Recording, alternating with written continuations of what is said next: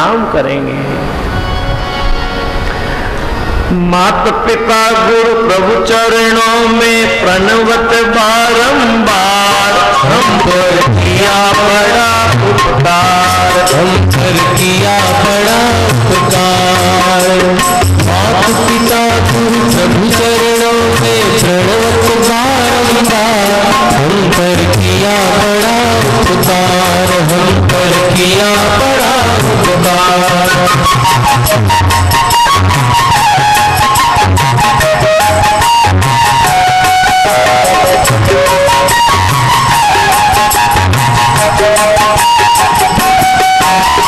माता ने जो कष्ट उठाया वह ऋण कभी न सके चुकाया। माता ने जो कष्ट उठाया वह ऋण कभी न सके चुकाया।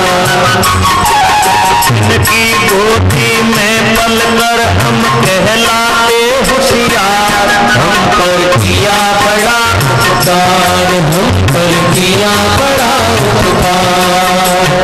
इनकी गोदी में पलकर हम कहलाते होशियार, हम पर किया बड़ा उपकार, हम पर किया बड़ा उपकार। मात पिता गुरु प्रभु चरणों में प्रणवत बारंबार, हम पर किया बड़ा उपकार, हम पर किया बड़ा उपकार।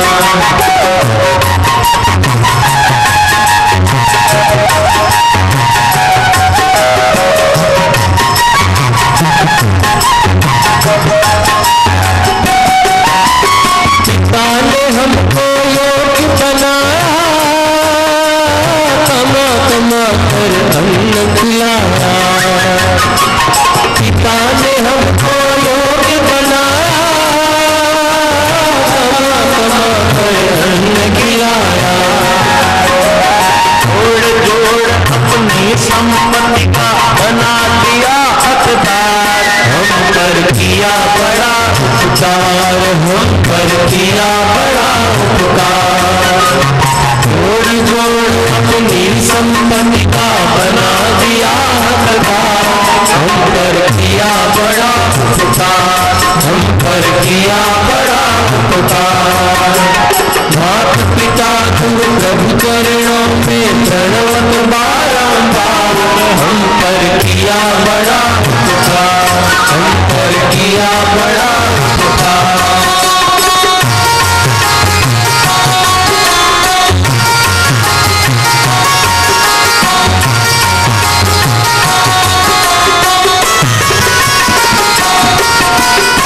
गुरु ने तत्व ज्ञान दर्शाया, अंधकार सब दूर हटाया।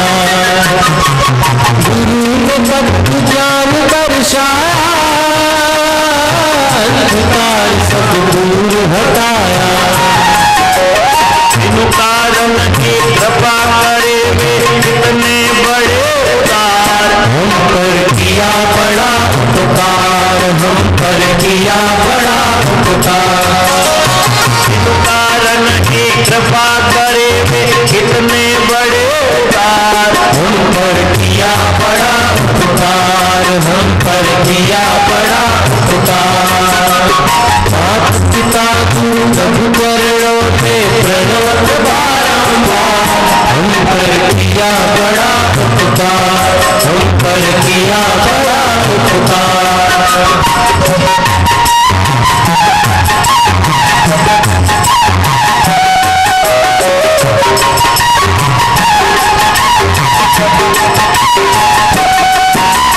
प्रभु कृपा से निर्बल पाया, संत मिलन का साज सजाया। प्रभु कृपा से निर्बल पाया, संत मिलन का साज सजाया। ज्ञान विराट भक्ति मुक्ति का खोल दिया भंडार, हम पर किया बड़ा उपकार, हम पर किया बड़ा उपकार।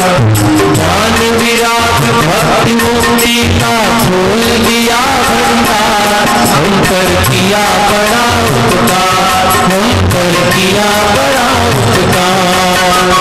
माता पिता को प्रभु चरणों में धन्यवाद बारंबार, हम पर किया बड़ा उपकार, हम पर किया बड़ा उपकार, पर किया बड़ा उपकार, हम पर किया बड़ा उपकार। माता पिता को प्रणाम करके फिर भगवान अपने महल में गए। भगवान की रानियां भगवान के दर्शन से इतनी आनंदित हुई है। देखो, जिस स्त्री का पति प्रदेश रहता है तो वो स्त्री श्रृंगार नहीं करती है। आज भगवान की रानियों ने जो नियम ले रखे थे, यूं ही भगवान के दर्शन हुए। आज उन्होंने उन नियमों का त्याग किया। भगवान के उस ऐश्वर्य का मैं क्या वर्णन करूं। मैं तो द्वारकाधीश के चरणों में बारंबार प्रणाम करता हूं। बोलो द्वारकाधीश की जय। ऋषि लोग कह रहे हैं, सूत जी महाराज, अश्वत्थामा के ब्रह्मास्त्र से उत्तरा का गर्भ नष्ट हो गया था। भगवान ने फिर उसको जीवित कर दिया। परीक्षित का जैसा जन्म, जैसे कर्म, जिस प्रकार मोक्ष हुआ, आप हमें सुनाइए। सूत जी बोले, ऋषि लोगों, युधिष्ठिर पिता की तरह प्रजा का पालन करते हैं। उनका चित्त सदा प्रभु चरणों में लगा रहता है। उनको कोई संसार के पदार्थ नहीं भाते। मां के गर्भ में परीक्षित जब ब्रह्मास्त्र के तेज से ऐसे जल रहे थे, तब उन्होंने भगवान को अंगूठे के बराबर देखा। भक्त पीड़ा से भगवान की आंखें लाल हो रही थी। चक्र की तरह गदा घुमाते हुए वे परीक्षित की रक्षा कर रहे हैं। जिस समय अस्त्र का तेज शांत हुआ, परीक्षित के देखते देखते भगवान अंतर्धान हो गए। फिर शुभ लग्न, शुभ मुहूर्त, जब सभी अनुकूल है, महाराज परीक्षित का जन्म हुआ। युधिष्ठिर ने धौम्य और कृपाचार्य के द्वारा स्वस्ति वाचन करवाया, बालक का जातक्रम संस्कार कराया। युधिष्ठिर जी ने बड़ी उदारता से ब्राह्मणों को सोना, गाय, पृथ्वी, अन्न इत्यादि का दान किया है। अब वे ब्राह्मण बालक का भविष्य बतला रहे हैं। भगवान विष्णु के द्वारा रात रक्षित होने के कारण इस बालक का नाम विष्णु रात होगा। कहते हैं, जब बालक ने गर्भ में भगवान को देखा, तो बालक के देखते देखते गर्भ में भगवान पुनः अंतर्धान हुए। तो बालक का जन्म होते ही बालक ने ऐसे दृष्टि घुमा करके देखा कि जो मुझे गर्भ में देख रहा था वो इनमें से कौन सा है। ऐसे परीक्षा की, तब ब्राह्मणों ने उस बालक का नाम रख दिया परीक्षित। ब्राह्मण बोले, ये बालक इक्ष्वाकु की तरह प्रजापालक, राम की तरह सत्य प्रतिज्ञ, शिव की तरह शरणागत की रक्षा करने वाला, भरत की तरह अनेकों यज्ञ करने वाला, अग्नि की तरह ये असह्य तेज, समुद्र की तरह ये गंभीर, सिंह की तरह ये पराक्रमी, पृथ्वी की तरह ये क्षमावान, रंती देव की तरह ये उदार, ययाति की तरह धार्मिक, बलि की तरह धैर्यवान, प्रहलाद की तरह ये भगवान का भक्त होगा। गौ रूपी पृथ्वी, बैल रूपी धर्म की रक्षा के लिए ये कली का निग्रह करेगा। शमिक पुत्र श्रृंगी के द्वारा प्रेरित तक्षक से अपनी मृत्यु सुनकर राजपाट का त्याग कर गंगा तट का ये आश्रय लेगा और परम भागवत श्री सुखदेव जी से ज्ञान की प्राप्ति कर ये परम पद को प्राप्त करेगा। ब्राह्मण पूजा सत्कार पाकर अपने घर चले गए। इधर बालक शुक्ल पक्ष के चंद्रमा की तरह दिन प्रतिदिन बढ़ने लगा। युधिष्ठिर ने ज्ञातियों के वध का प्रायश्चित करने के लिए अश्वमेध यज्ञ करने का विचार किया, लेकिन कर और प्रजादंड के सिवाय दूसरे मार्ग से धन मिलना संभव नहीं देखा, तो उनको चिंता हुई। भगवान की प्रेरणा से युधिष्ठिर जी के भाई भीम आदि उत्तर दिशा से स्वर्ण पात्रादि के रूप में शुद्ध धन लेकर के आए। कहते हैं कि राजा मरुत ने एक ऐसा यज्ञ किया, उस यज्ञ में ब्राह्मणों को इतना धन दिया गया, इतना धन दिया गया, जितना वे ले जा सके उतना तो ले गए, बाकी वहीं छोड़कर चले गए। वो धन भगवान की आज्ञा से युधिष्ठिर जी के भाई लेकर आए।